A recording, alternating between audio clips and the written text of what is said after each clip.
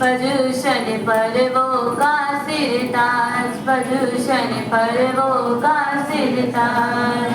अपने मन को कर लो निर्मल अवसर आया, पर्युषण पर्वों का सिरताज, पर्युषण पर्वों का सिरताज। कचरा भरा हुआ है भीतर, झाड़ू झटपट फेरो अंतर। सर्वोत्तम है क्षमा का मंत्र, शुद्धि कर लो दे कर लेकर। क्षमा कर्म है क्षमा धर्म है, तारण तरण जहाज। पर्युषण पर्वों का सिरताज, पर्युषण पर्वों का सिरताज। अपने मन को निर्मल कर लो अवसर आया आज, पर्युषण पर्वों का सिरताज, पर्युषण पर्वों का सिरताज। कभी किसी पर क्रोध में आया, बुरा भला कुछ सुना सुनाया, बेसी आग में जला जलाया, जलते में घी गुड़ डलवाया। स्वाहा उसमें हुई जिंदगी, बचाना कुछ भी आज। पर्युषण पर्वों का सिरताज, पर्युषण पर्वों का सिरताज। अपने मन को कर लो निर्मल अवसर आया, पर्युषण पर्वों का सिरताज, पर्युषण पर्वों का सिरताज। माफी मांगो हाथ जोड़ कर, जो मांगे उनको भी माफ कर। नहीं बही है साल नया है, याद करो ना अतीत पल भर। भूलो भूलो बिसरो यही पर्युषण देता है आवाज। पर्युषण पर्वों का सिरताज, पर्युषण पर्वों का सिरताज। अपने मन को कर लो निर्मल अवसर आया, पर्युषण पर्वों का सिरताज, पर्युषण पर्वों का सिरताज। वीर जिनेश्वर यूं फरमावे, साल एक ऊपर हो जावे।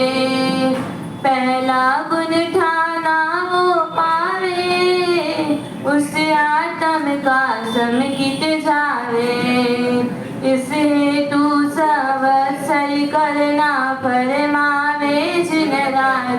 पर्युषण पर्वों का सिरताज, पर्युषण पर्वों का सिरताज। अपने मन को कर लो निर्मल आया अवसर आज। पर्युषण पर्वों का सिरताज, पर्युषण पर्वों का सिरताज। बहने ना पहले से आगे आगे बैठो और बीच बीच की चेयर ना छोड़ो। इधर की चेयर छोड़ देते हो, इधर की चेयर छोड़ देते हो और फिर बैठ जाते हो। जो बैठते हो आगे आगे की चेयर में आके बैठो, आगे से जगह बराबर लेके बैठो। अल्पश्रुतं श्रुतवतां परिहासधाम, त्वद्भक्तिरेव मुखरी कुरुते बलान्मा। यत्कोकिलचिरमद मधुरं विरति, तच्चारुचाम्रकलिका निकरे कहेतु।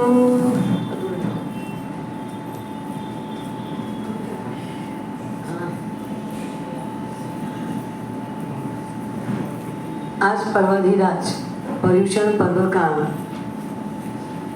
आधा में से ज्यादा समय निकलते हैं। 4 दिन तो पूरा जा चुका और 5वें दिन का भी 1 प्रहर जा चुका है।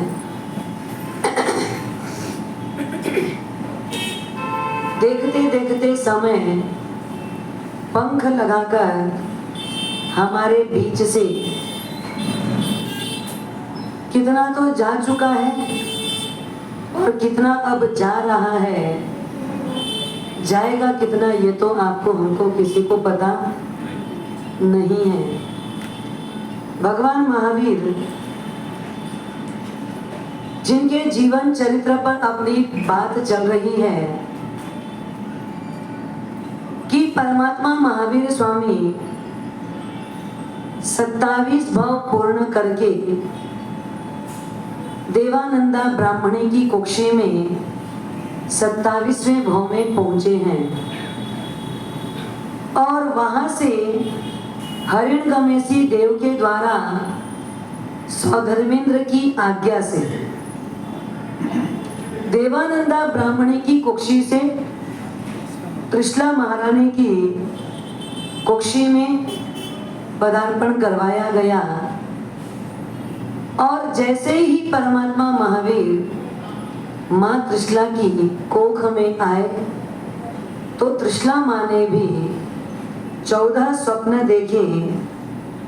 जिस समय त्रिशला माता सैया में सोई हुई है और सोती हुई उस त्रिशला माता ने जो 14 स्वप्न देखे, वो 14 स्वप्न देखने के लिए पात्रता चाहिए, पुण्य चाहिए, पवित्रता चाहिए। 14 स्वप्न नहीं, आप 1444 देख लो, पर काम के होने चाहिए ना।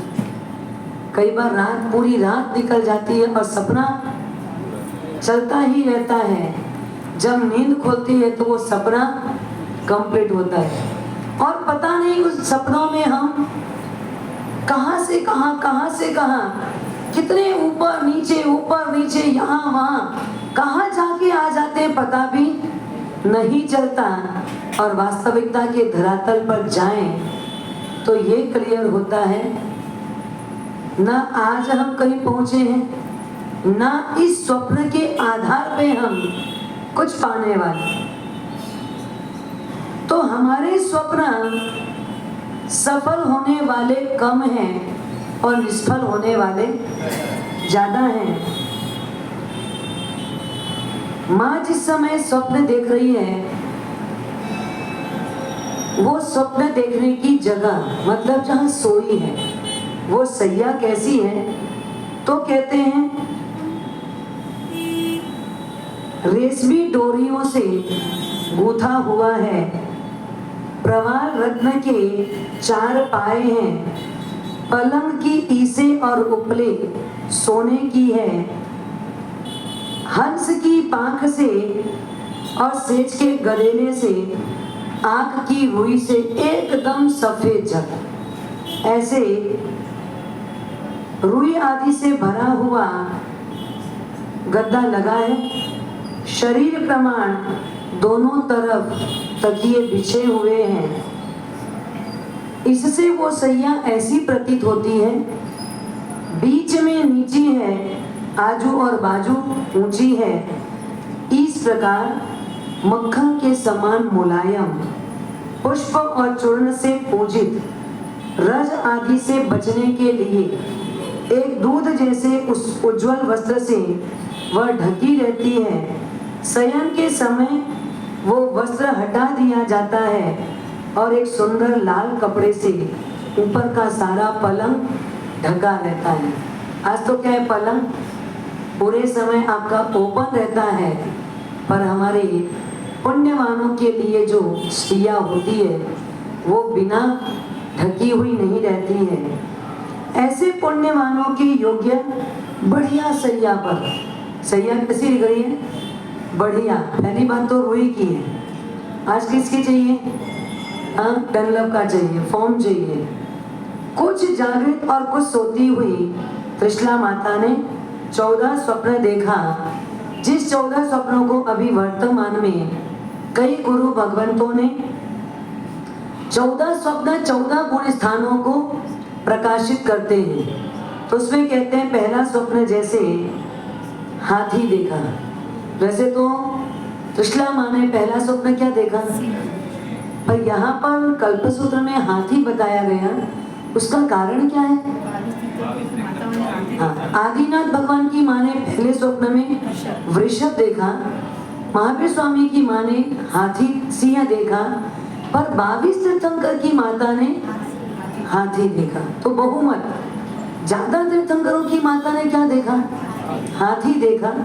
उस अपेक्षा से ज्यादातर माताओं ने जो देखा उसको ध्यान में रखते हुए यहाँ स्वप्नों का वर्णन करते हैं। हाथी कैसा होता है आपको पता है?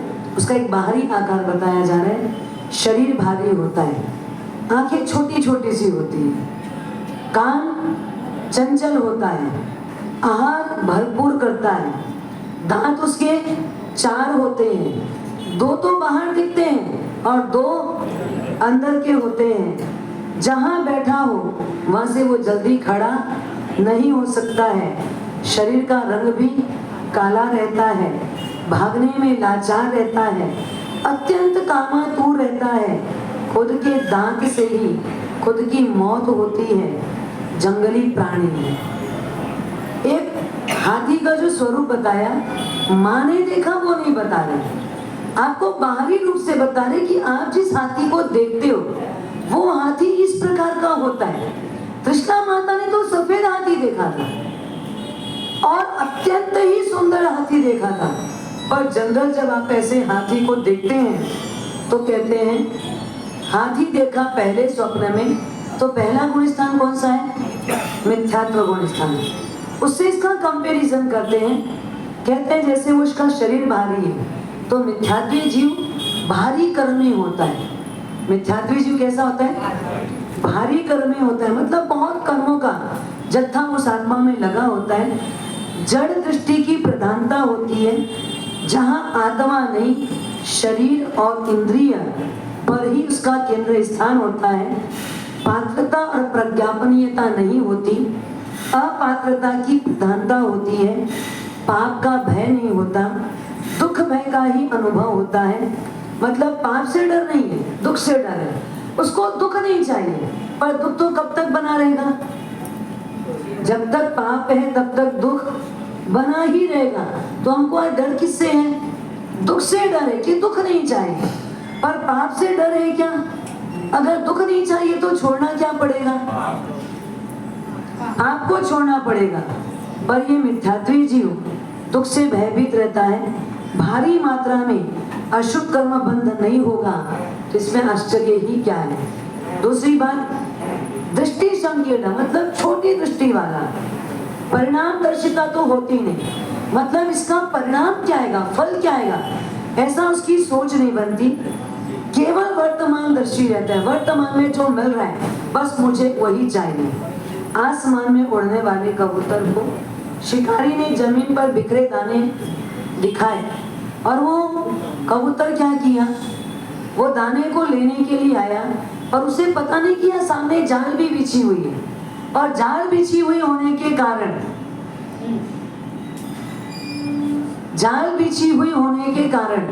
क्या होगा? जाल बिछी हुई होने के कारण वो कबूतर दाना लेने के लिए नीचे उतरा पर फंस जाएगा। तो ये वर्तमान दृष्टि कि उसको दाना मिलेगा, पर उसको ये नहीं समझ आ रहा है दाना लेने के साथ साथ में मैं फंस ना जाऊं। कान का कच्चा होता है, कान हिलता रहता है, इसका मतलब मिथ्यात्वी कान का कच्चा होता है। किसी की भी बात सुनकर उस पर विश्वास कर लेना, तो इसमें मिथ्यात्वी को कोई देर नहीं लगती और कोई भी बात को विपरीत जल्दी लेता है। विश्वास तोड़ देने में भी उसको कोई समय नहीं लगता। लोभ भारी होते, समुद्र आदि नदियां से कितने भी नदियां समुद्र में गिर जाए पर समुद्र कभी तृप्त नहीं होता, वैसे ही मिथ्यात्वी के पास कितना भी धन रहे वो कभी तृप्त नहीं होता है। चंडाल चौकड़ी, मतलब उसके दांत 4 है ना, तो कहते हैं आहार भय मैथुन परिग्रह, ये मिथ्यात्वी के ऊपर अधिक प्रभावशाली होते हैं। क्रोध मान माया लोभ, इससे वो जकड़ा हुआ होता है। देव नारद मनुष्य तिर्यंच गतियों में भ्रमण करता ही रह जाता है। जब तक उसका मिथ्यात्व दूर नहीं होगा तब तक वो 4 गति का छेदन नहीं कर पाएगा। इस इस प्रकार चारों प्रकार से वो पराधीनता भी मिथ्यात्वी में ज्यादा होती है। फिर मिथ्यात्वी दंभी होता है। प्रवृत्ति उसकी कदाचित अच्छी है, परंतु वृत्ति उसकी मलिन है। बाहर से अच्छा कुछ कर सकता है, पर अंदर से उसका मन कैसा है? काला है। बगुले के जैसा कपटी होता है। कैसा होता है? हाँ, बगुले के जैसा कपटी होता है। सांप की चिकनी त्वचा को देखकर उस पर विश्वास कर लेने वाला जैसा अपने प्राण गंवा देता है, वैसे ही दंभी व्यक्ति आचरण की सुंदरता पर विश्वास करके उसके साथ सरल सहज व्यवहार करने वाला भारी नुकसान का शिकारी बनता है। अहंकार अतिशय होता है। मिथ्यात्वी के पास क्या होता है? अहंकार ज्यादा होता है। भारी पत्थर उठाने में मजदूर जैसे थक जाता है, वैसे ही अहंकार से भारी होने के कारण मिथ्यात्वी को हठाग्रह, कदाग्रह, पूर्वाग्रह जिससे मुक्त करना अत्यंत कठिन होता है। इसमें तो बड़े बड़े गुरुदेवों को भी सफलता मिलना मुश्किल होता है। लेस्या भी जिसकी कृपण है, जैसे तेजाब के पास जलाने की ताकत है, अग्नि के पास दाहकता है, कंटक के पास तीक्ष्णता होती है, वैसे ही मिथ्यात्वी के पास कृष्ण लेस्या होती है। अर्थात विचारधारा एकदम क्लिष्ट होती है। तुच्छ लाभ के लिए वो किसी को भी भारी हानि पहुंचाने में कोई दुख या दर्द का महसूस नहीं करता। मूर्छा भी तीव्र होती है। मतलब व्यक्ति के प्रति, वस्तु के प्रति, परिस्थिति के प्रति उसका लगाव बहुत ज्यादा आकर्षित रहता है। बीमारी और मौत के समय भी उन तत्वों के प्रति उसकी मूर्छा लेस मात्र भी कम नहीं होती है। इसलिए मर करके असमाधि में मृत्यु होती है तो मर के कहाँ जाता है? दुर्गति में जाता है। वासना की अधीनता। वराह का आकर्षण केंद्र जैसे विष्ठा होती है, गिद्ध का आकर्षण केंद्र सव होता है, लोभी का आकर्षण केंद्र धन होता है, वैसे ही कामातुर मिथ्यात्वी का आकर्षण केंद्र विजाति देह होती है। तो रूप देखते ही वह विवेक खो बैठता है, विजाति देह के अंगों को देखते ही वह मर्यादा तोड़ बैठता है। पुण्योदय उसका अनंत संसार को बढ़ाने वाला होता है। मतलब हाथी के दांत ही उसकी बिना समय मृत्यु और अतिशय पीड़ा का कारण बनता है। उसी प्रकार मिथ्यात्वी का पुण्य शक्ति, मतलब ऐसा मत मानना कि मिथ्यात्वी को पुण्य का उदय नहीं होता। पुण्य का उदय हो सकता है, पर उसको उदय में होता क्या है? उसका पुण्य, शक्ति, आरोग्य, सामाजिक प्रतिष्ठा, पारिवारिक सम्मान, आर्थिक उन्नति आदि तत्व इस पुण्य को कहाँ ले जाते हैं? पाप के रास्ते पर भगाते हैं। मतलब उसके पुण्य से जो भी उसको मिला वो उसको ज्यादातर कहाँ उपयोग कर रहा है? पाप के रास्ते में उपयोग करता है। इस प्रकार से असंस्कारी जीव की भांति वह हाथी के समान होता है। दूसरा स्वप्न वृषभ को देखा। यहाँ ये सब बताने का आशय यह है कि हाथी जब आप देख रहे हो तो पहला स्वप्न हाथी मतलब मिथ्यात्व को चूरने वाला, हमारे को मिथ्यात्व गुण स्थान से ऊपर की ओर ले जाने वाला। इसलिए ऐसा स्वप्न देखा कि अब यह मिथ्यात्व जा रहा है। दूसरा स्वप्न वृषभ देखा। वृषभ पेट में जाने वाली घास को वापस मुंह में लाता और फिर चबाते जाता है। आप देखना बैल, गाय वगैरह ये पशु क्या करते हैं? पूरे जंगल में चर के वापस अपनी जगह आते और फिर वापस पूरे समय अपना मुंह हिलाते रहते हैं। तो दूसरा गुण स्थानक भी ऐसा ही है। वृषभ देखा मतलब दूसरा स्वप्न, उसको दूसरे गुण स्थान से घटाया जा रहा है। ऊपर के गुण स्थान से गिरने वाली आत्मा जब उस गुण स्थान पर आती है तब उसे सम्यक्त्व के कुछ आस्वादन का अनुभव होता है। मतलब यहाँ आत्मा कब आती है? पहले ऊपर जाती है और 11वें से जब नीचे गिरती है तो आत्मा कहाँ आती है? दूसरे गुण स्थानक में आती है। उस समय आत्मा को सम्यक्त्व का थोड़ा आस्वादन रहता है और यहाँ थोड़ा स्वाद लेकर के फिर कहाँ चली जाती है? मिथ्यात्व में चली जाती है। मतलब थोड़ा जो स्वाद है, कुछ खा लेने के बाद थोड़ी देर तक वो चीज का स्वाद चलता जा रहा है। उसी प्रकार इस गुण स्थान की तुलना इस वृषभ स्वप्न से की गई है। तीसरा स्वप्न केसरी सिंह देखा। क्या देखा माने? केसरी सिंह देखा। एक और सिंह पराक्रमी, निरपेक्ष, प्रतिभाशाली होता है, तो दूसरी ओर कैसा होता है? क्रूर भी होता है, मांसभक्षी भी होता है। भूख के बिना वो जैसे किसी का भी शिकार नहीं करता, और भूख लगने के बाद किसी निर्दोष को भी छोड़ता नहीं है। विषय शक्ति के क्षेत्र में हाथी और बैल की तुलना में इसमें अल्प विषय शक्ति होती है, और उसमें भी जो जातिमान सिंह होते हैं वो पूरे वर्ष में एक ही बार विषय सेवन करते हैं। संक्षेप में ये कहा जाए तो मिश्र गुण स्थान का मतलब होता है झूले की तरह झूलना, कभी ऊपर और कभी नीचे, कभी आगे कभी पीछे। इस तरह से मिश्र गुण स्थान गुण और दोष का मिश्रण है। तीसरा गुण स्थान है मिश्र दृष्टि। चौथा गुण स्वप्न है श्री देवी, लक्ष्मी देवी। क्या देखा? चौथे स्वप्न में लक्ष्मी देवी देखा। तो चौथा गुण स्थान कौन सा है? अविरत सम्यक दृष्टि गुण स्थान। मतलब ये गुण स्थान अपने आप में बहुत पावरफुल भी है। कैसा पावरफुल है आपको पता है? अगर मोक्ष में जाना है तो चौथे गुण स्थान में आए बिना एक भी आत्मा अब तक मोक्ष में गई नहीं और जाएगी भी नहीं, जा ही नहीं सकती। पहले क्या चाहिए? सब मोक्ष में जाने के लिए सम्यक दर्शन। सम्यक दर्शन के बिना मोक्ष नहीं मिलता। तो चौथा गुण स्थान अविरत सम्यक दृष्टि है। जिससे सम्यक दर्शन की स्पर्शा हो जाती है वो सदा आनंद में रहता है, सभी का आदर पात्र होता है, उसका चित्त शांत होता है, मुक्ति का उसे अतिशय आकर्षण होता है, और संसार के प्रति उसे निर्वेद मतलब वैराग्य रहता है। पापी जीवों के ऊपर उसे दया आती है। प्रभु वचनों की ताकत पर और सत्यता पर उसे प्रचंड श्रद्धा रहती है, और संसार परिभ्रमण का भय नहीं। अब उसको संसार परिभ्रमण का भय भी नहीं रहता। क्यों? ये निश्चित हो गया सम्यक दर्शन आने के बाद ये जीव अनंत काल तक संसार में नहीं रूलेगा। अधिकतम अगर वो रूलेगा तो कितना? अर्ध पुद्गल परावर्तन का टाइमिंग बॉन्डेड हो गया। टाइम क्या इसमें बॉन्डेड कर दी गई है। आप इसकी इस बाउंड्री को क्रॉस नहीं कर सकोगे।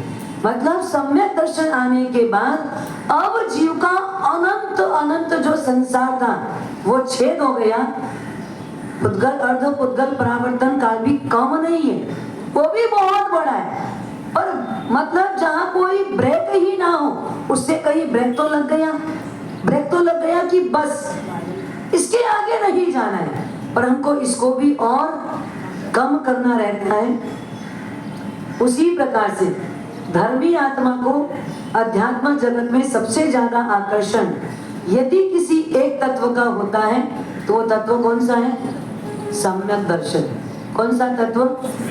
सम्यक दर्शन तत्व की ज्यादा से ज्यादा हमको उसी का आकर्षण है। जैसे संसार में आत्मा को सबसे ज्यादा आकर्षण किसका है?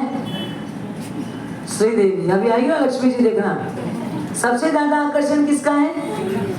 लक्ष्मी का आकर्षण होता है। वैसे ही धर्मी आत्मा को सबसे ज्यादा आकर्षण सम्यक दर्शन का होता है।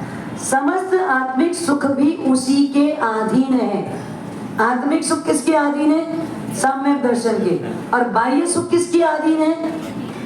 हाँ, लक्ष्मी जी के अधीन है।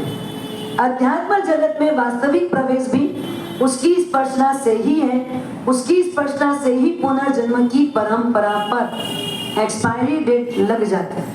एक्सपायरी डेट कब हो जाएगी?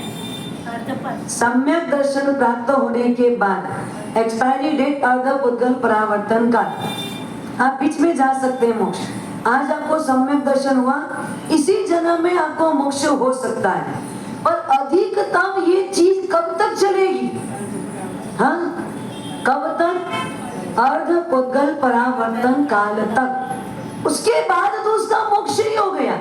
ये सम्यक दर्शन अकेला नहीं रहता, अब तो आत्मा अनंत ज्ञान, अनंत दर्शन, अनंत चारित्र से संपन्न हो चुकी है।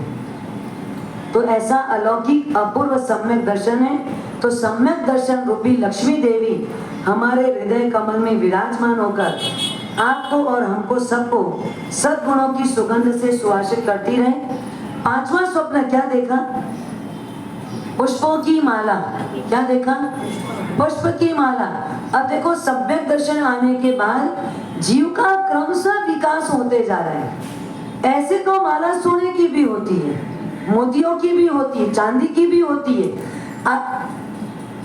पीतल की भी होती है, आर्टिफिशियल भी होती है। उन मालाओं से अधिक सौंदर्यशाली कौन सी माला होती है?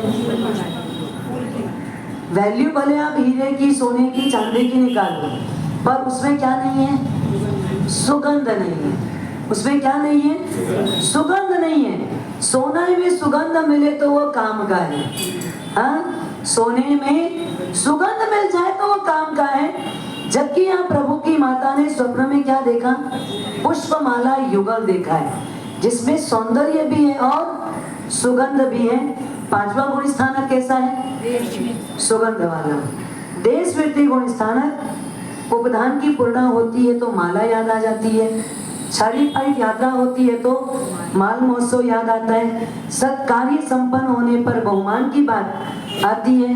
मतलब हर में माला याद आ ही जाती है।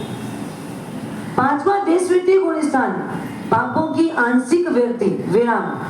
अविरत सम्यक दृष्टि गुण स्थानक महान है, महत्वपूर्ण है, इससे इनकार नहीं है, परंतु उस गुण स्थान पर वृद्धि की कोई सुगंध नहीं है।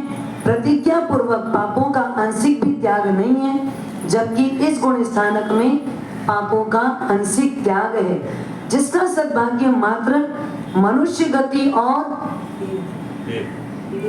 देश वृत्ति गुण स्थान कौन कौन प्राप्त कर सकता है? मनुष्य। पक्का?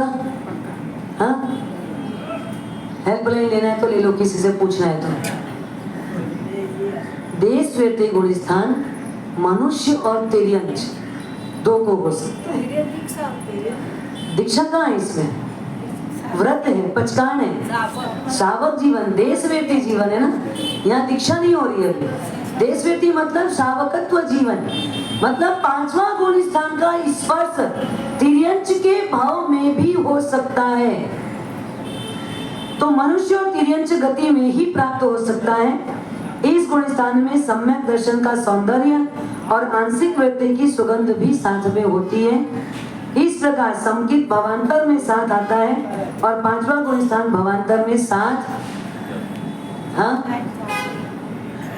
देश वृत्ति गुण स्थान भी एक भाव तक ही टिकता है ना। उसी प्रकार समकित भवांतर में साथ आता है, पर पांचवा गुण स्थान साथ में नहीं जाता है। छठवां गुण स्थान, छठवां गुण स्थान चंद्रमा देखा। शीतलता होती है लेकिन कलंक युक्त भी होता है, थोड़ा प्रमादी भी तो होता है साधु।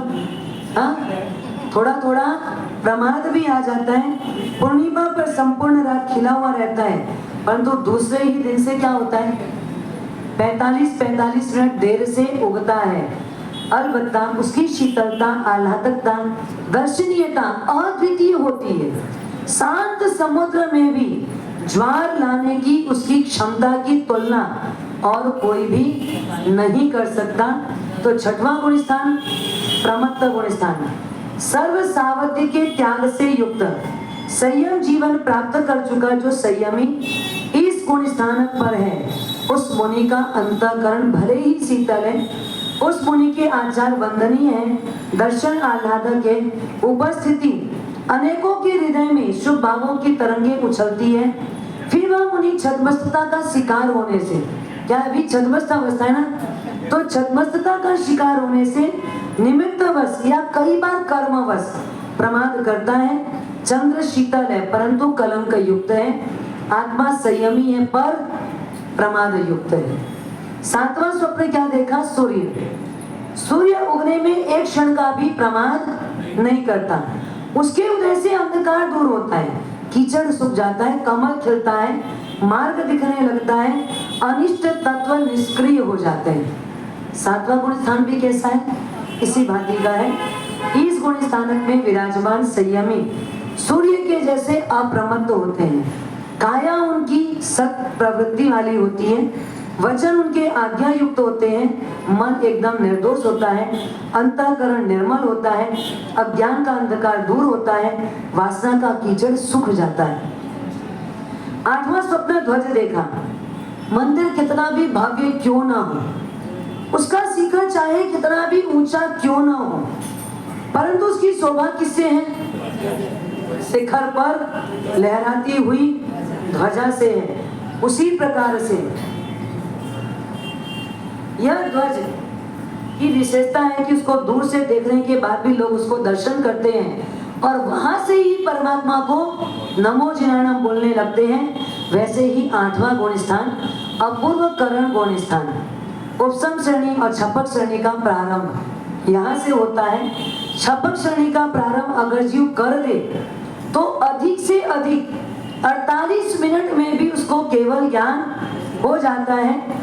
आत्मा पर अनंत काल से राज कर रहे मोह राजा का खात्मा करने के लिए इस गुण स्थानक से साधक आत्मा लड़ाई शुरू करती है और लड़ाई की शुरुआत में जिस प्रकार आगे ध्वज होता है उस प्रकार मोह के साथ आर्य युद्ध में यह गुण स्थान ध्वज की भूमिका निभाता है। नौवां स्वप्न मतलब यहाँ पर ये कह रहे हैं अपूर्व करण गुण स्थान ऐसा है जहाँ से आत्मा क्रमशः विकास करती है और अगर छपक श्रेणी से चढ़े तो बिना रुके वो सीधा सीधा सीधा आगे 14वें गुण स्थान को क्रॉस करके मोक्ष में चली जाती है। नौवां स्वप्न पूर्ण कलश देखा। रजत का कलश है, आंखों को साता, मन को प्रसन्नता प्रदान करता है, सभी ऋतुओं के पुष्प से वो सुशोभित है, सभी मंगलों से अलंकृत है। नौवां गुण स्थानक है अनिवृत्तिकरण गुण स्थानक। उससे इसकी तुलना करते हैं क्रोध मान माया लोभ का घातक है। आत्मा शिव सुंदरी से मिलने जब आगे बढ़ती है तो प्रतिष्ठा महोत्सव आदि की मंगल शुरुआत कुंभ स्थापना से होती है। वैसे ही इस गुण स्थानक भी शिव सुंदरी के मिलन हेतु सज्ज हो चुका होने से कुंभ स्थापना की भूमिका निभाता है। 10वां स्वप्न है पद्म सरोवर।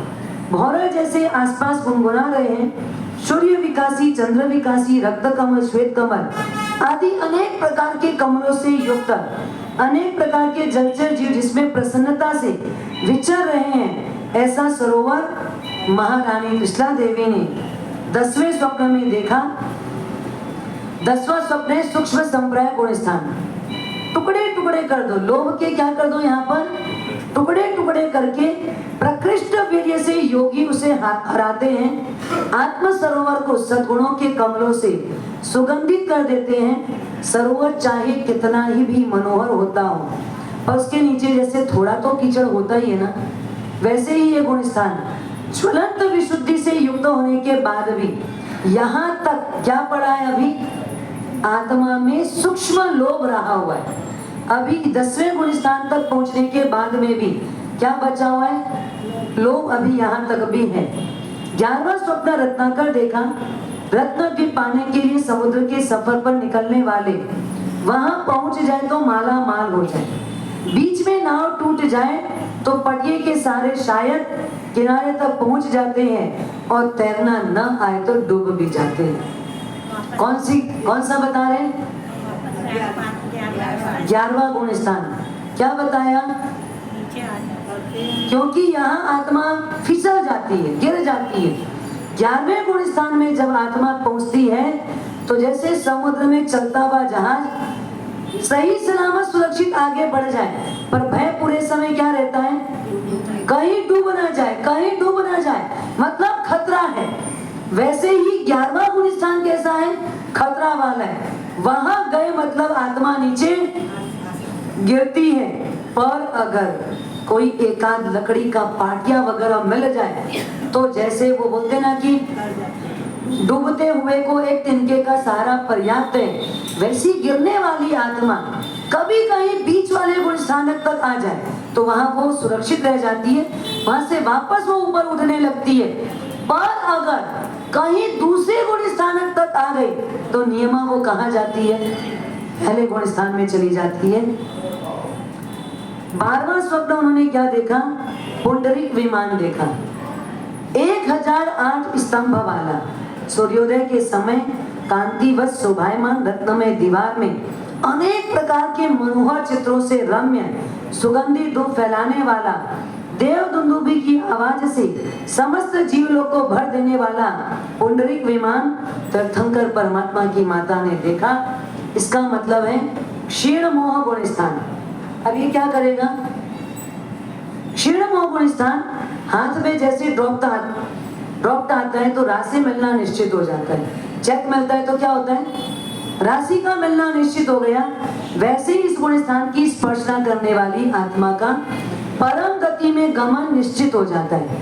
अब यहाँ से कोई भी संभावना नहीं है कि यहाँ से हम कहीं पीछे रिवर्स हो सकते हैं। यहाँ तक चढ़ने का पुरुषार्थ करना ही पड़ेगा। इसके आगे कोई पुरुषार्थ की जरूरत नहीं है। सभी कसायों का क्षय करने वाला ये गुण स्थान आत्मा को संदेश देता है, सिद्धि गति के लोकाग्र भाग पर रहे तुम्हें ले जाने के लिए मैं विमान बनकर तुम्हारे पास आ गया हूँ। प्रश्न है मात्र समय का, तुम तैयार हो जाओ। अब ये विमान आया है, कहाँ लेके जाएगा? अवश्य भावी मोक्ष की सफर करवाएगा और मोक्ष में ले जाकर आपको पहुंचा देगा। 13वां स्वप्न रत्नों की राशि। धरती पर अनेक प्रकार के रत्न हैं और वो रत्न आकाश में कांति फैलाने वाले रत्नों का समूह। भगवान की माता ने एकाध रत्न नहीं देखा। कितने रत्न देखे? हाँ, रत्न राशि देखी। राशि का मतलब क्या होता है? समूह, पूरा भरा हुआ समूह देखा, मतलब ढेर लगा है, पहाड़ बना हुआ है। ऐसा रत्नों का पहाड़ देखा। और कल्प सूत्र में जिन रत्नों के नाम आते हैं वो रत्नों के अभी जो आप नाम बताते हो उनमें से एक भी नाम इसमें नहीं आता, या इनमें जितना नाम आता है उनमें से आपके पास एक भी रत्न नहीं है। हाँ, ऐसे ऐसे रत्न परमात्मा महावीर की माता त्रिशला आदि जो भी तीर्थंकर की माता बनती है वो ये रत्न देखती है। 13वां गुण स्थान कैसा है? सहयोगी केवली, मतलब सद्गुणों का विकास, पूर्ण विकास। बाहरी जगत में जैसे चिंतामणि यति रत्न है तो आभ्यंतर जगत में धर्म भी रत्न स्वरूप है। इस गुण स्थान पर स्थित आत्मा में केवल ज्ञान प्रकट हो जाने से आत्मा के अनंत गुण विकसित हो जाते हैं। अनंत गुणों के विकास स्वरूप रत्नों की राशि, यही है इस गुण स्थान का रहस्य। मतलब अनंत गुणों का विकास हो चुका। अब कोई गुण ऐसे नहीं जो ढके हुए हो। 14वां स्वप्न है निर्धूम अग्नि। क्या है? निर्धूम अग्नि। अग्नि है परंतु धुआं बिल्कुल नहीं है। अग्नि की ज्योति की गति ऊर्ध्व दिशा में ही। ऐसा स्वप्न कौन देख रही है? हाँ, तीर्थंकर की माता। मतलब धुआं बिल्कुल भी नहीं। आप अग्नि लगाएं और धुआं न हो, ऐसा हो सकेगा? हाँ, लेकिन माँ ने देखा अग्नि है पर वहां पर धुआं नहीं है। तो मन वचन काया के योग स्वरूप अब यहाँ पर कोई धुआं नहीं होता। शुक्ल ध्यान के अंतिम 2 प्रकार का स्वरूप रूपी अग्नि होती है जो समस्त कर्म कचरे को जला देती है। योग निरोध के द्वारा शैलेशीकरण करके सर्व कर्मों से मुक्त होकर के आत्मा सीधा सिद्धि गति को प्राप्त करती है। इस प्रकार से 14 महास्वप्न देखकर त्रिशला माता जागृत हुई और जागृत होकर के उनके 3.5 करोड़ रोम एक साथ विकसित हो गए, जैसे उन्हें आज कोई विशेष महान उपलब्धि हुई हो। इस प्रकार से वो अत्यंत प्रसन्न होकर के जहां सिद्धार्थ महाराजा है, हाँ, कौन आई? त्रिशला महारानी आई। और त्रिशला महारानी आकर के पेथरसा के पिता देदासा एक बार ऐसे ही कल्पसूत्र का व्याख्यान सुन रहे थे और जब ये जिक्र आया त्रिशला महारानी उठ के सिद्धार्थ राजा के कक्ष में गई तो देदासा घर पहुंचे। घर पहुंचने के बाद पत्नी को पूछा आज कल्पसूत्र में कुछ नया सुना क्या?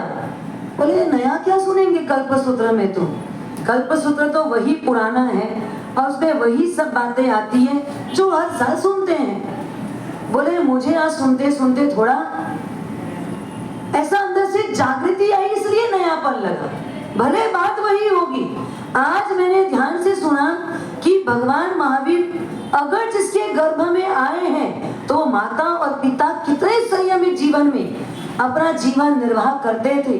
तो जब माँ ने 14 स्वप्न देखा, वो उठ करके जहाँ सिद्धार्थ राजा का कक्ष है वहां जाती है। आज मैंने संकल्प किया है, आज से तुम्हारा और मेरा भी कौन सा रूम? आप लोगों के शब्दों में, हाँ, लोग तो शयन रूम बोलते थे, अब आप लोग क्या बोलते हैं उसको? अब बेड शब्द का मतलब भी आपको पता है, हाँ, गुड और बेड तो आप लोग बोलते ही हो ना। बस तो अब आप लोग समझ सकते हैं कि वास्तव में हमारा जीवन संयम से परिपूर्ण होना चाहिए। अब कृष्णा महारानी वहां पर पहुंची और पहुंच करके उनको जगाया, सिद्धार्थ महाराजा को जगाया। तो क्या बोला? कल मैं कुछ बात बोलते बोलते अधूरी छोड़ दी थी, शायद आप लोगों ने भी ध्यान नहीं दिया। मुझे सुबह सुबह ध्यान आया कि वो जेठमल जी जो बीच में खड़े थे, हाँ याद है? जेठमल जी बीच में खड़े हैं और घर की छोटी बहू अगर बाजार से लौटने वाली है, अब बीच में खड़े हैं माणक चौक में, तो वहां से वो आवे कैसे? अब एकदम क्रॉस करके नहीं आ सकती। तो वो थोड़ी देर तक खड़ी रही, देखती रही, भाई ये सब की बात पूरी और ये कहीं जाए हटे तो मैं आगे बढ़ूं। तो जब उनका वार्तालाप संवाद पूरा होता है, जेठमां जी आदि उनका पूरा ग्रुप हटता है, तब वो धीरे से अपने घर पहुंचती है। तो सासू माँ पूछती है, इतनी देरी से आई, छोटा सा सामान लेने बाजार गए और इतना टाइम लग गया? तो वो क्या जवाब देती है? जेठमल जी खड़े थे कि जेठ जी खड़े थे? ऐसा बोल सकती है क्या? क्या बोलती है? बैसाखासु वे लागे, वासु लागे आषाढ़। समझ में आ रही बात? बैसाखासु वे लागे, वासु लागे आषाढ़। माणक चौक में वे खड़ा, मैं की माऊ घर बार।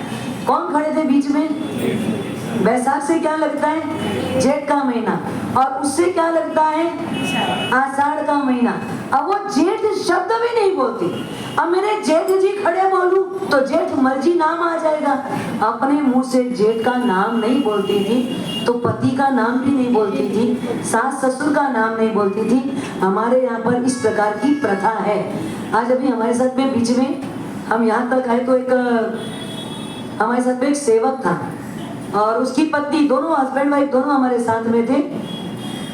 तो वो लोग आपस में जब भी एक दूसरे को आवाज लगाते ना, तो कभी भी पति का नाम पत्नी नहीं बोलती, पत्नी का नाम पति नहीं बोलता था। वो बच्चों के नाम से एक दूसरे को पुकारते थे, हाँ, बच्चों का नाम लेते थे और उसके नाम के आधार पे उनको पुकारते थे, पर एकदम पति का नाम अपने मुख से। जबकि वो जाति से तो राजपूत है, जात से वो राजपूत हैं, आज उनमें भी पति का नाम नहीं लेते। और गांव का वो हमारे साथ बहुत सारे लोग, जैसे अभी हम पाली तरह से निकले गिरनार तक छरी परिसर में, बहुत सारे लोग उसके गांव के लोग थे। उसमें एक लेडीज जो इनसे छोटी रही होगी, मतलब ये हमारे साथ जो था उनके गांव के एक छोटे भाई की बहू रही होगी, पर जेठ जी ये करके पूरे टाइम घूंघट निकाले घूमते थे। हम लोग बोलते थे ये भाई रोदाइन जाते हैं, काम करने वाली बाई लोग हैं और ये इतना घूंघट क्यों निकालती है? बोले माँ साहब मैं हूं ना। बोले तुम्हारी क्या लगती है? मेरे गांव के रिश्ते से लगती है। सोचो, गांव के रिश्ते से मैं जेठ होता हूँ तो भी आज वो घूंघट लगाते हैं। विचार करें अपन कि अपन ने सब हटा के क्या किया? कोई बड़ी उपलब्धि हासिल की क्या? कोई बड़ा कुछ प्राप्त किया क्या अपन ने? पर मर्यादाहीनता हमारे अंदर ज्यादा प्रवेश कर गई। यहाँ पर सिद्धार्थ महाराजा को जगाने के लिए उन्होंने बहुत अच्छी अच्छी वाणी से यहाँ पर कहा है। सिद्धार्थ राजा ने पूछा किस लिए तुम यहाँ पधारी हो? तब तृष्णा माता कहती है, प्रिय मैंने आज रात्रि में 14 स्वप्न देखे हैं, प्रिय पहले आसन ग्रहण कर लो। तो तृष्णा माता बैठती है। ऐसा नहीं पति बैठे हैं तो कोई नहीं है तीसरा वहां पर, रात्रि का समय, अब उनके सह्यागृह में और कौन होगा? तीसरा कोई भी नहीं है पति पत्नी के सिवाय। तो वहां तो हक है ना पत्नी को बाजू में जाना और बैठ जाना, पर फिर भी पति परमेश्वर बोलते हो आप लोग, पर करते नहीं हो वैसा काम। करते हो क्या? हाँ, हमारी पुरातन संस्कृति में पति परमेश्वर बोलते थे तो वैसा काम भी करते थे, और करते हुए पति की आज्ञा के बिना आसन ग्रहण नहीं करते। सिद्धार्थ महाराजा ने कहा, तब पत्नी ने आसन ग्रहण किया, मतलब त्रिशला माता ने आसन ग्रहण किया। उसके पश्चात मार्ग में चलते हुए जो थोड़ी थकावट महसूस हुई, उस थकावट को दूर करके उन्होंने वृषभ, सिंह आदि 14 महास्वप्न कहे। त्रिशला देवी ने पति से प्रश्न किया, हे स्वामी, इन प्रश्नों का फल क्या होगा? सुन करके राजा अत्यंत हर्षित हुए, तुष्ट हुए, आनंदित हुए, प्रसन्न हुए और विशिष्ट भाषा से त्रिशला क्षत्रियाणी को इस प्रकार से उत्तर दिया, हे देवानुप्रिय। क्या कहा?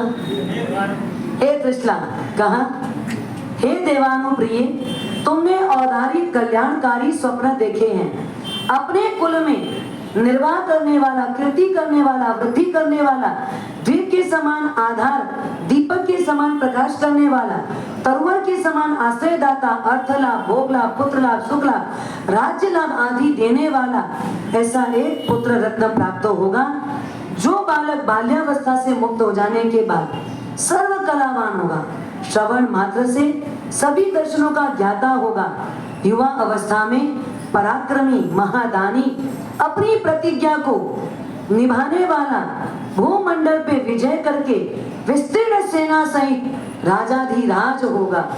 ऐसा कह करके कहा, हे प्रिय, तुमने उदार स्वप्न देखे। ऐसा सिद्धार्थ राजा ने 2 बार 3 बार कहा।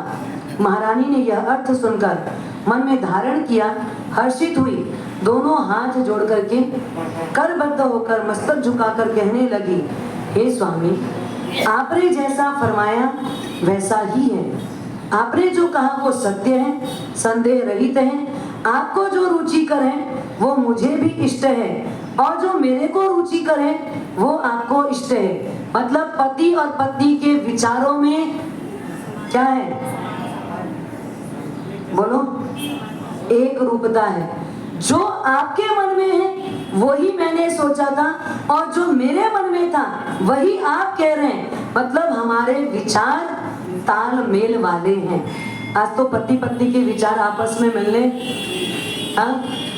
थोड़ा कठिन हो जाता है। समय पर मिलता है और असमय में कई बार वो बात कट जाती है। हे स्वामी, आपने कहा वो संदेह रहित है।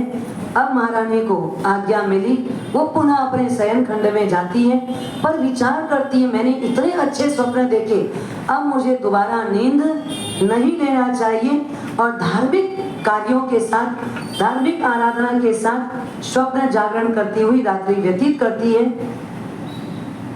सिद्धार्थ महाराजा प्रातः काल होने पर अपने कौटुंबिक पुरुषों को बुलाए। किसको बुलाए?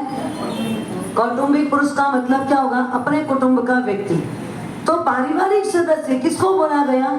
जो उनके यहाँ पर कार्यरत हैं, वो भी अब हमारे कौटुंबिक पुरुष बन गए। उनको बुलाया और बुला करके आदेश दिया, हो देवानुप्रिय, आज तुम शीघ्र ही बाह्य सभा मंडप को साफ कराओ, वहां पर सिंहासन आदि रखो, दशांग धूप से धूपित करो, और प्रफुल्लित हृदय होकर के दोनों हाथ जोड़कर उन्होंने आज्ञा शिरोधार्य की। आज्ञा पूर्ण करके वापस राजा की सेवा में पहुंचकर आज्ञा अर्पण की। सूर्योदय होते ही राजा अत्यंत प्रमोदित होते हुए अट्टनशाला जाते हैं, वहां व्यायाम आदि करते हैं। वहां से वो युद्ध, मल्ल युद्ध आदि करके 100 औषधि से बने हुए शतपक्व तेल और 1000 औषधि से बने हुए सहस्त्र पक्व तेल से अपने शरीर का मर्दन आदि करवाते हैं। वहां से स्नान आदि करके मज्जन ग्रह से जब निकलते हैं, तब उनके साथ में बहुत सारे लोग होते हैं। अनेक प्रकार से अपने शरीर में गोशीर्ष चंदन आदि का विलेपन किया है, ताजे पुष्पों की माला धारण की है, चोवा, चंदन, केसर का ललाट पर तिलक किया है, मणियों से जटित स्वर्ण के आभूषण शरीर पर धारण किए हैं 18, 9, 3 और 1 लड़ वाला हार हृदय पे धारण किया। ये सब किसकी बात बता रहे हैं? सिद्धार्थ महाराजा की। इस प्रकार सिद्धार्थ राजा जिनके साथ में बहुत सारे लोग हैं, मतलब सिद्धार्थ महाराजा के शरीर में उस समय पुरुष के 16 श्रृंगार सजे हुए हैं। और इस प्रकार 16 श्रृंगार से सज करके सभा मंडप में आए तो उनके साथ अनेक प्रकार के लोग थे। सिद्धार्थ महाराज जहाँ बाहरी सभा मंडप है वहां आते हैं और वहां आकर के सुवर्ण में भद्रासन पर बैठते हैं और वहां उन्होंने आदेश दिया कौटुंबिक पुरुषों को पुनः आप लोग जाइए और जाकर के अष्टांग महानिमित्त के ज्ञाता अन्य नाना शास्त्रों में कुशल ऐसे स्वप्न लक्षण पाठक को बुलाकर लाओ। 8 निमित्त कौन से हैं? तो कहते हैं दिव्य, उत्पाद, अंतरिक्ष, भौम, अंग, स्वर, लक्षण, व्यंजन। ये 8 अंग निमित्त के कहे जाते हैं। ऐसे जानकारों को तुरंत सूचना दी गई, वे सब इकट्ठे होते हैं। मतलब एक ज्योतिष को नहीं बुलाया, नगर में जितने हैं उन सबको बुलाया और वो सब आते हैं। आकर के पहले तो सभा से बाहर इकट्ठे होते हैं। इकट्ठे होने के बाद पहले सबके बीच में विचार विमर्श होता है कि अपन सबको अगर राजा ने बुलाया है तो राजा के द्वारा जो भी प्रश्न किया जाएगा उसका जवाब कौन देगा? कौन देगा? सब अपने अपने में महान है, सब अहम इंद्र है, सब ज्ञानी है, सबको सब कुछ पता है, पर उनमें उन्होंने नियुक्त किया इतने लोगों में से कोई एक जवाब देगा। अगर सब जवाब देंगे तो अपना ज्ञान प्राप्त करना भी उचित नहीं होगा, तो इसमें किसी एक की नियुक्ति की जाए। अगर सेना हो और उसमें कोई सेनाधिपति ना हो तो चलेगा क्या? कंट्रोल कौन करेगा? कोई सेनाधिपति होगा तो कंट्रोल होगा। वैसे ही यहाँ पर इन्होंने अपने आप को सबसे विचार लिया जाएगा, लेकिन बोलने वाला एक होगा ताकि राजा तक हमारी बात विवेक पूर्वक पहुंच सके। एक को नियुक्त करके स्वप्न पाठक अंदर पहुंचे। अंदर पहुंचने के बाद राजा ने उनको ससम्मान आसन ग्रहण करने के लिए कहा। उसके बाद राजा ने प्रश्न किया कि अहो स्वप्न लक्षण पाठक, आज हमारी महारानी ने रात्रि के समय अर्ध जागृत अवस्था में 1 नहीं 2 नहीं गज से लेकर अग्नि शिखा पर्यंत 14 महास्वप्न देखे हैं। उसका फल जानने के लिए मेरा मन और महारानी का मन उत्सुक है, तो आप अपने ज्योतिष शास्त्र में देखकर हमको बताएं ये 14 स्वप्नों का क्या फल होगा।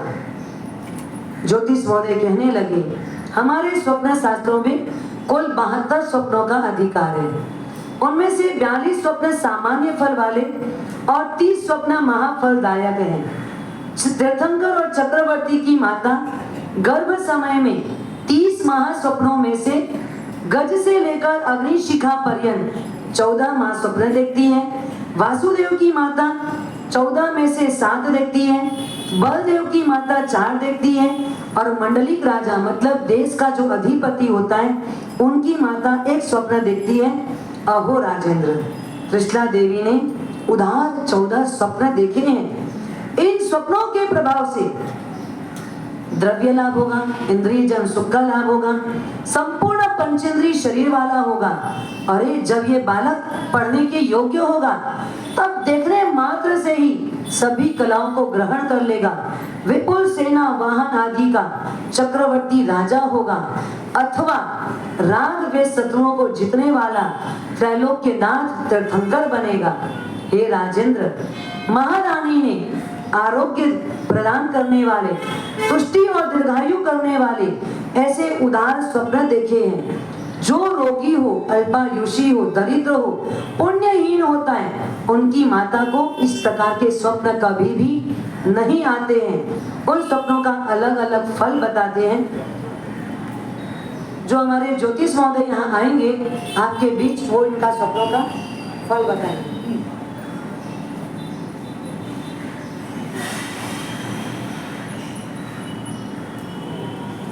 इतने गुणों के अतिरिक्त त्रिशला देवी के 14 स्वप्नों को देखने से आपका पुत्र रत्न 14 राजलोक के मस्तक पर विराजमान होगा। चक्रवर्ती की माता से तीर्थंकर की माता का स्वप्न थोड़ा साफ रहता है, एकदम क्लियर रहता है, निर्मल रहता है। इस प्रकार अब यहाँ पर कहते हैं स्वप्न जो आता है उसके कई कारण हैं। अति हास, अति शोक, अति कोप, अति उत्साह, अति घृणा करके अगर कोई व्यक्ति सोता है, उस समय कोई स्वप्न आए तो सारे स्वप्न निष्फल होते हैं। अगर रात्रि के पहले प्रहर में आता है कोई स्वप्न तो उसका फल 1 वर्ष में, दूसरे प्रहर में आने वाले स्वप्न का फल 6 महीने में, तीसरे प्रहर का स्वप्न 3 महीने में, चौथे प्रहर का स्वप्न 1 महीने में, 2 घड़ी रात्रि शेष रहने वाले स्वप्न का फल 10 दिन में, सूर्योदय के समय आने वाले स्वप्न का फल तत्काल क्रमशः प्राप्त होता है। स्वप्न 9 प्रकार के हैं। अनुभव किया हुआ, सुनी हुई बात और देखी हुई वस्तु, प्रकृति के विकार से, स्वाभाविक योग से, चिंता के कारण ये 6 प्रकार के स्वप्न निष्फल होते हैं। पर अगर किसी देव की सहायता से, धर्म के प्रभाव से या पाप के उदय से अगर कोई स्वप्न आता है तो उनका शुभाशुभ फल अवश्य में मिलता है। इस प्रकार स्वप्न लक्षण पाठकों ने सिद्धार्थ राजा के आगे स्वप्नों का फल बताया।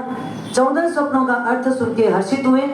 बहुत ही प्रकार से उन्होंने आगंतुक ज्योतिष महोदय को स्वप्न लक्षण पाठक को अलंकार आदि देकर के संतुष्ट किया। आजीविका के लिए योग्य खेत ग्राम आदि दान देकर के उनको वहां से विदा किया। सिद्धार्थ महाराजा स्वप्न पाठकों को विसर्जित करने के बाद सिंहासन से उठकर त्रिशला देवी के पास आए और कहने लगे, हे देवानुप्रिय, तुमने प्रधान स्वप्न देखे हैं, तुझे चक्रवर्ती या तीर्थंकर पुत्र होगा। सिर झुकाकर त्रिशला महारानी कहती है, आपने फरमाया वह भी यथार्थ था, पंडित जी ने भी वही बोला यथार्थ है। अब यहाँ से आज्ञा मिली तो त्रिशला महारानी वहां से उठकर जाती है। जिस दिन से भगवान महावीर स्वामी हरिणगमेशी देव के द्वारा त्रिशला देवी की कुक्षी में लाए गए हैं, उस दिन से शक्रेंद्र की आज्ञा से तिर्यक जिम्बक देवों ने पुराने स्थानों में डटे हुए निधान निकालकर सिद्धार्थ राजा के घर में स्थापित करते हैं। उनकी यहाँ पर संक्षिप्त जानकारियां दी जाती है। क्या कह रहे हैं, ध्यान से सुनना। आप कोई भी धन गाड़ दो और वो धन आपको पता न चले और कब निकल जाता है ये भी होता है। वो धन कौन निकाल लेता है? हाँ, तिर्यक जिम्बक देव आके निकाल जाते हैं। और कहाँ ले जाते हैं वो धन? देखो, पुण्य का योग होगा तो लक्ष्मी तीर्थंकर के घर में भी चली जाएगी, और पाप का उदय होगा तो वो वहां पर पड़े पड़े ही कंकर बन जाएगा, पड़े पड़े ही कंकर बन जाएगा। तो धन पुण्य का होगा तो तिर्यक जिम्बक देव तीर्थंकरों का घर उस धन से भर देते हैं। इस प्रकार से सिद्धार्थ महाराजा का भंडार भरने लगा। भंडार को भरता हुआ देख करके सिद्धार्थ महाराजा और त्रिशला देवी ने सोचा, जब से ये बालक गर्भ में आया है तब से हमारे यहाँ हर प्रकार की वृद्धि हो रही है, और यहाँ तक कि जो हमारे से थोड़ी दूरी बनाए रखते थे उन सबका मन भी वापस हमसे मिल गया है। तो हमारा पुत्र जब उत्पन्न होगा तो हम हर प्रकार से वृद्धि को प्राप्त किए हैं, तो अपने बेटे का नाम क्या रखेंगे? वर्धमान कुमार रखेंगे, ऐसा विचार करते हैं। इसी बीच एक बार घटना घटती है। त्रिशला माता अपने गर्भ का बराबर ध्यान रख रही है, पालन कर रही है, और अचानक एक दिन परमात्मा माँ के गर्भ में रहे रहे 3 ज्ञान से युक्त होकर चिंतन करते हैं, विचार करते हैं, मैं माँ के गर्भ में हिलता हूँ, डुलता हूँ। अभी सुनो ना, अभी आने दो, भरने दो, उसके बाद इसको आगे पीछे करो।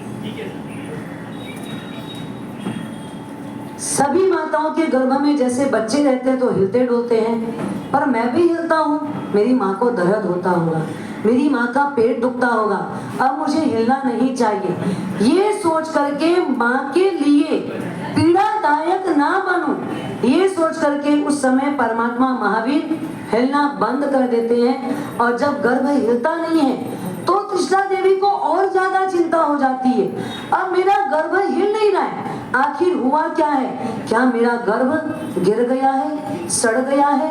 या गल गया है या क्षय हो गया है, हुआ क्या है, क्या मेरा गर्भ किसी ने चुरा लिया है? बहुत ज्यादा शोकातुर हो जाती है, अत्यंत दुखित हो जाती है और इतनी ज्यादा दुखी हो जाती है कि पूरे राज्य में शोक की लहर छा जाती है। कोई भी आपस में किसी के साथ प्रेम से नहीं बोलता, कोई किसी से बात ही नहीं करता।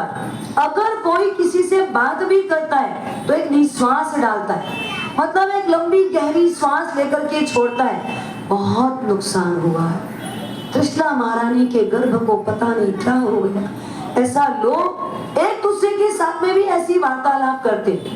भगवान महावीर ने अवधि ज्ञान से पुनः देखा, विचार किया, मैंने तो माँ के अच्छे के लिए किया।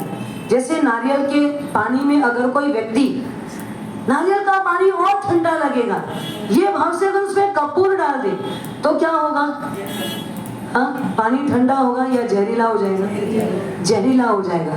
तो मैंने तो अच्छे के लिए किया, मतलब जैसे नारियल को पानी ठंडा करने के लिए कपूर डाला और वो भी जहर का काम किया, वैसे ही मैंने माँ के सुख के लिए किया पर वो दुख के लिए हो गया, तो मुझे वापस हिलना चाहिए। भगवान वापस हिलने लगते हैं और जैसे ही गर्भ हिलता है तो परमात्मा महावीर की माँ पुनः हर्षित हो जाती है, प्रफुल्लित होती है, आनंदित होती है और सबको कहती नहीं नहीं कुछ नहीं हुआ है, मेरा गर्भ सुरक्षित है। वापस सब सखियां आती है, बधाइयां देती है, मंगल करती है, उनको अनेक तरह के तरीके से, आपके शब्दों में कहूँ तो कांग्रेचुलेशन देती है कि चलो बहुत अच्छा हुआ, कुछ भी नहीं हुआ है, हमारी तरफ से आप सुखद हैं। ये सुन करके चारों तरफ गीत गान गान होता है। इस प्रकार परमात्मा की माता गर्भ का पालन करती है और करते हुए किस प्रकार से गर्भ का पालन करना चाहिए, जिसकी बातें यहाँ पर बताते हैं। कोई भी गर्भवती स्त्री किस प्रकार से जीवन यापन करे, तो कहते हैं अति शीत, अति उष्ण, सोट मिर्च आदि का अति तीक्ष्ण आहार, गुड़ शक्कर आदि का अति मिष्ट आहार, चने वगैरह का अति रुक्ष, फल पुष्प कंद आदि का अति स्निग्ध आहार नहीं करना चाहिए। अति घी वाला चिकना आहार और अति घी रहित लूखा आहार भी नहीं करना चाहिए, मतलब अति सर्वत्र वर्जयित, अति कहीं पर भी नहीं होनी चाहिए। इस सिद्धांत का पालक गर्भवती स्त्री के लिए जो जो आहार वैद्य शास्त्र में निषेध है उसका उपयोग ध्यान रखती थी। चना, उड़द आदि वायु वाला आहार है, जिससे गर्भवती का गर्भ कोबड़ा, अंधा, मूर्ख और बावनिया होता है। गेहूं वगैरह पित्त वाले आहार से गर्भ गिर जाता है, मार्ग में चलते हुए वीर्य निकल जाता है। दही आदि कफ वाले आहार से गर्भ चर्म रोगी होता है। गर्भवती स्त्री अगर विशेष खारा आहार करे तो बालक के नेत्रों में हानि होती है। अति ठंडा आहार करे तो बालक के शरीर में कंप होता है। अति उष्ण आहार करे तो बालक बलहीन होता है। अति काम क्रीड़ा करने से बालक मर जाता है। अधिक जल पान करे तो उग्रासन आदि में बैठे, विषम आसन में बैठे, दिन में सोए, रात्रि में जागरण आदि करे, लघु नीति आदि कर रोके, तो ये 6 कारण से रोगोत्पत्ति होती है। इसलिए गर्भवती स्त्री ये कार्य नहीं करती। अब इसमें लिखा है दिन में सोती है, तो हाँ, गर्भवती स्त्री दिन में सोना नहीं चाहिए। और आज आप लोगों के साथ में क्या हो गया? Bed rest, bed rest, bed rest, क्या हो गया? अब भरपूर बेड रेस्ट की बात आ गई, जबकि हमारे यहाँ पर बेड रेस्ट मतलब वो रेस्ट ही बेड है। जो दिन में सोते हैं वो क्या है? होना ही नहीं चाहिए। पर अभी वर्तमान में बहुत सारे, क्योंकि कुछ तो हमारा खान पान गलत है, कुछ हम लोग अपने आप में, अपने शरीर के ऊपर, जो शरीर के लिए वो हम खाते नहीं है, हम सिर्फ दिखने के लिए खाते हैं। स्लिम बॉडी चाहिए। क्या चाहिए आपको? हाँ, स्लिम बॉडी चाहिए, भले वो एक खमासना भी देने के लिए शक्ति वाला न हो। अगर किसी को बोले अभी 51 खमासना ज्ञान का उठ बैठ के लगाओ तो कैसा लगेगा? महाराज साहब 51 खमासना उठ बैठ के, क्यों? इतनी शक्ति नहीं अपने पास, इतना खाते पीते कहाँ जाता है? तो बोले मतलब इतना ना हम लोग खाए। अब आज के लोग को बोलो घी खाओ तो पचेगा क्या उनको? वो तो घी को कैसा सोचते हैं, एक नेक के लिए मात्र लगा लो, बाकी वो घी भी नहीं खा सकते। तो जो पौष्टिक चीजें वो आज के लोग खा नहीं पाते। वर्षा ऋतु में यानी सावन के भादों के महीने में नमक अमृत के समान है। शरद ऋतु में यानी आसोज और कार्तिक में जल अमृत के तुल्य है।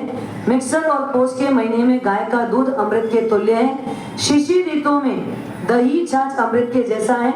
बसंत ऋतु में घी अमृत के समान है और ग्रीष्म ऋतु में गुड़ अमृत के समान है। अलग अलग ऋतुओं में क्या क्या चीजें अमृत तुल्य है वो यहाँ पर बताया गया है। इस प्रकार गर्भवती स्त्री ऊंचे से कूदे, ऊंची नीची जमीन पर जाए, यहाँ वहाँ टहले, ज्यादा लंबा गाड़ी आदि ऊंट आदि की सवारी करे, ये सब काम करना वो बंद कर देती है। इस प्रकार त्रिशला माता भी कोई भी प्रकार का उटपटांग कार्य नहीं करती है। गर्भ समय त्रिशला महारानी को उनकी सखियां भी बार बार समझाती है, हे सखी धीरे धीरे चलो, धीरे धीरे बोलो, किसी के ऊपर क्रोध मत करो, अच्छे भोजन करना, साड़ी की गांठ मजबूत मत बांधो, खिलखिला के जोर से मत हंसो, खुले में शयन मत करो, सैया बिना भूमि पर मत सो, तल घर वगैरह में नीचे मत उतरो, घर से बाहर दूसरे घर पे ज्यादा मत जाओ। इस प्रकार गर्भभार से अलसाती हुई त्रिशला देवी को सखियां संपूर्ण मास तक शिक्षा देती रही। त्रिशला महारानी ऋतु के अनुकूल भोजन करती है, वस्त्र पहनती है। त्रिशला देवी शांत रहती है, मुलायम वस्त्रों को धारण करती है, आनंद पूर्वक एकांत में अपनी सहेलियों के साथ ज्यादा से ज्यादा धर्म आराधना करती है। बालक अगर माता के गर्भ में है और दिन को सोती है तो गर्भ में रहा हुआ बालक ऊँघनिया होता है, मतलब अधिक नींद लेने वाला होता है। बहुत ज्यादा काजल लगाती है तो बालक अंधा होता है। अगर माँ रोती है तो बालक चक्षु रोगी होता है। अधिक स्नान और विलेपन करती है तो दुष्ट स्वभाव वाला व्यभिचारी होता है। तेल आदि अधिक लगाती है तो कुष्ठ रोगी होता है। बार बार नख ज्यादा निकाले तो कुनखी होता है। ज्यादा दौड़े तो चंचल होता है। काले दांत, काले होठ, काली जबान, काले तलवे वाला होता है। इस प्रकार महारानी त्रिशला उन सब व्यवहारों का त्याग करती है। त्रिशला माता ये सारा वर्णन जो बता रहे हैं, ये सारा वर्णन बताने के पीछे आशय क्या है? एक गर्भ जो तीर्थंकर है जिस गर्भ में, तो एक माँ उस गर्भ का परिपालन कितनी सूक्ष्मता के साथ और कितनी बारीकता के साथ करती है। आपको लगेगा कि ये सारी बातें, गर्भ आदि की बातें शास्त्रों के पन्नों में, ये तो क्या है, सब व्यवहार धर्म है, तो ये बताना कोई औचित्यपूर्ण है क्या? हमारे गुरु महाराज ने बहुत बार व्याख्यान में फरमाया है कि एक विदेशी दंपत्ति, जिसको अपन गोरिया बोलते हैं, वो गोरे लोग जो अमेरिकन लोग होते हैं, तो विदेशी दंपत्ति दोनों गोरे होने के बाद जब उनकी संतान हुई, एकदम हफ्सी के जैसी काली, हफ्सी के जैसे एकदम काली, तो बार बार पति का कमेंट से ये था कि तेरा किसी न किसी के साथ संबंध है, तू कहीं ना कहीं गलत है, नहीं तो मेरा बच्चा काला हो ही नहीं सकता। मेरा बच्चा काला हुआ उसका कारण क्या? तू किसी के साथ बंधी हुई है या किसी की स्मृति है, तेरे दिल दिमाग में कोई ऐसा व्यक्ति बसा हुआ है, उसके स्मरण के कारण ही हम जब दोनों गोरे हैं तो बच्चा काला क्यों हुआ? केस कोर्ट कचहरी तक चला गया और कोर्ट कचहरी में जब केस गया तो जज स्वयं उनके घर आए, घर आकर के निरीक्षण किया, परीक्षण करते करते ये पूछा आपका अधिकतम समय कहाँ व्यतीत होता है? उन्होंने बताया ये वाला कक्ष जहाँ मैं ज्यादातर समय बैठती भी हूँ, उठती भी हूँ, सोती भी हूँ, यही मेरा रूम, ज्यादातर समय मेरा इसमें निकलता है। उस रूम को देखा गया, उस रूम में एक साइड में एकदम काले व्यक्ति का फोटो लगा है। पूछा ये फोटो आप देखती हो क्या? अरे ये फोटो तो मुझे बहुत अच्छा लगता है, बस जब भी मेरी दृष्टि इधर उधर जाती है तो पहले कहाँ जाती है? इस फोटो पे जाती है। जज ने कहा आप एकदम निश्चिंत हो जाइए, आपकी पत्नी का आचरण कहीं भी गलत नहीं है, वो कहीं किसी से भी जुड़ी हुई नहीं है। ये तय है कि आपकी पत्नी प्रतिदिन जैसा चित्र देखती थी वैसा ये बच्चे के मतलब शरीर का रंग बन गया है, क्योंकि माँ जैसा जैसा काम करती है उसके आधार पे बच्चे का जीवन निर्माण होता है, शरीर का रंग आदि भी होता है। और जैसा बच्चा होता है वैसे माँ की भी इच्छाएं पैदा होती है। श्रेणिक महाराजा के कलेजे का मांस खा लूं, ऐसी इच्छा किसको हुई थी? कोणी की माँ को हुई थी। इसलिए जैसे कोणी का जन्म हुआ तो माँ ने सबसे पहले उसको क्या किया? कूड़े करकट के में फेंक दिया। क्यों फेंक दिया? कि इसने पिता के कलेजे का मांस खाने की मेरे अंदर में इच्छा अभिव्यक्त की, तो ये पिता का हत्यारा बनने वाला है। और हुआ वैसा ही। आखिर श्रेणी की हत्या में निमित्त कौन बना? हाँ, निमित्त तो आखिर कोणी ही बना।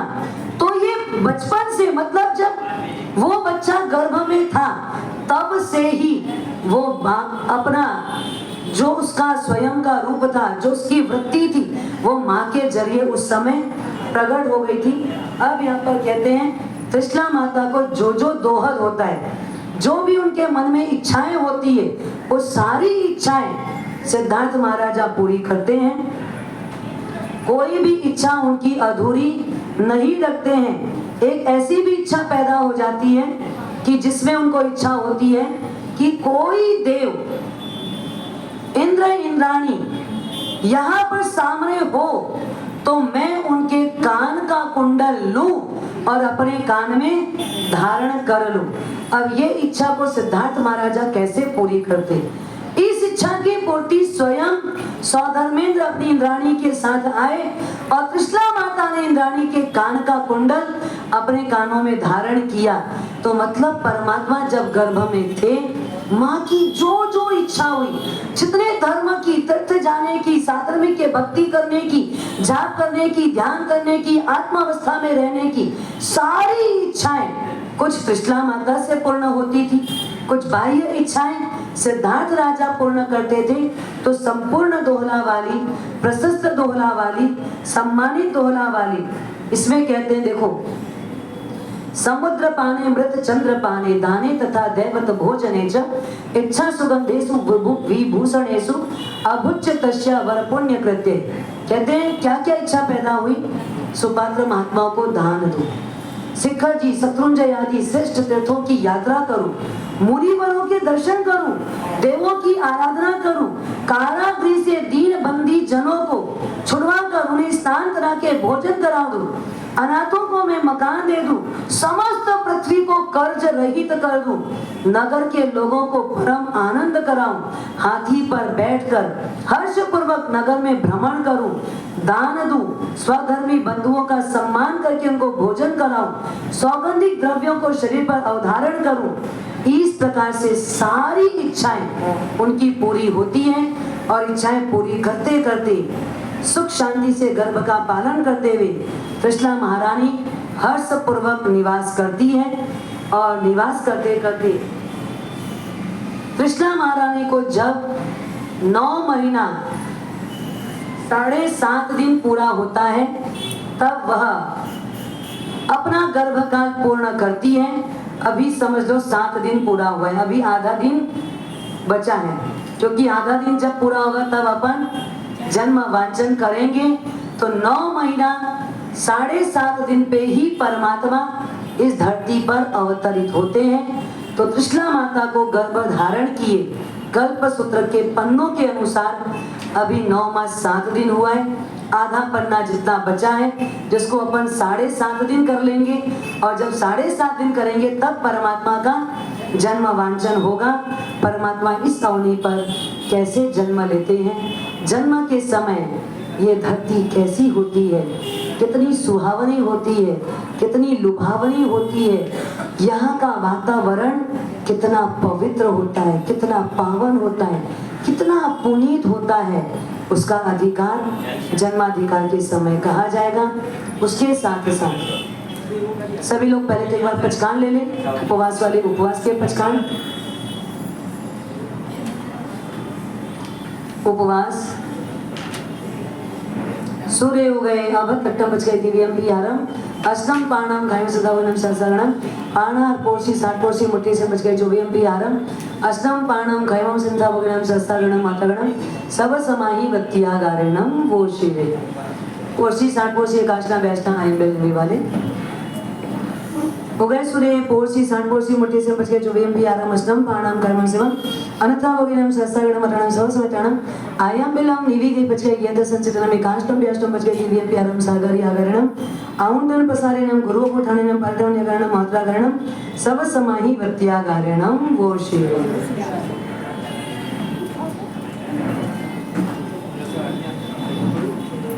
क्या शुरू करना है? भगवान के दर्शन करा के ऊपर ले जाएंगे वो बोली बोलना है राजा रानी को प्रवेश करें नहीं ना रुकना। हाँ कोई बात नहीं राजा रानी पहले देखो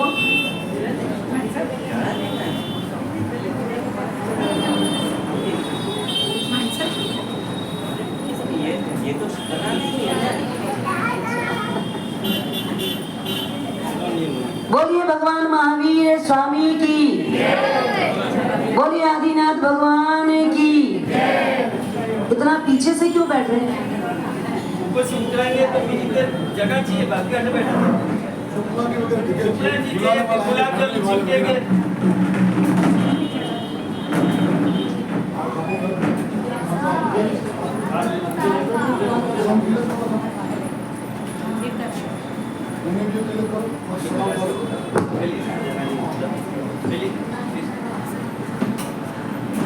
सभी लोग हाथ जोड़े, आंख बंद करें, परमात्मा महावीर स्वामी की स्तुति करें। वीर सर्वसुरा सुरेंद्र महितो वीरं बुधा संश्रिता वीरेणाभियता स्वकर्म निचयो वीराय नित्यं नमः। वीरातीर्थमिदं प्रवृत्तमतुलं वीरस्य घोरं तपो वीरे श्रीधृतिकीर्तिकान्तिनिचय श्रीवीरभद्रं दिश श्रीवीरभद्रं दिश। अंगूठी अमृत बसे लब्धितना भंडार श्री गुरु गौतम समलिए वांछित फलदाता मनवांछित दाता सर्वारिष्ट प्रणाशाय सर्वाभीष्टार्थदायिने सर्वलब्धे निधानाय गौतम स्वामिने नमः। दासानुदासा इव सर्वदेवा यदीयपादाब्जतले लुटन्ति मरुस्थली कल्पतरुसजीयात्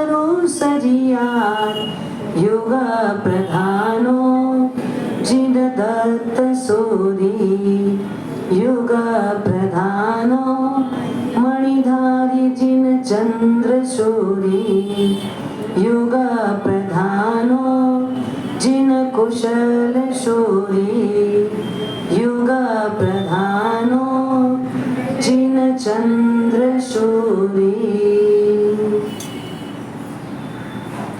बोलिए भगवान महावीर स्वामी की, बोलिए अनंत लब्धि निदान गंधर गौतम स्वामी जी महाराज की, बोलिए चारों दादा गुरुदेव की, बोलिए परम पूज्य प्रवर्तनी वल्लभ सिंह जी महाराज साहब की, बोलिए समस्त आचार्य भगवंत की, बोलिए परम पूज्य प्रवर्तनी वल्लभ सिंह जी महाराज साहब की, बोलिए परम पूज्य प्रवर्तनी गुरुवर्य श्री निपुणा सिंह जी महाराज साहब की, बोलिए आज के परम आनंद की।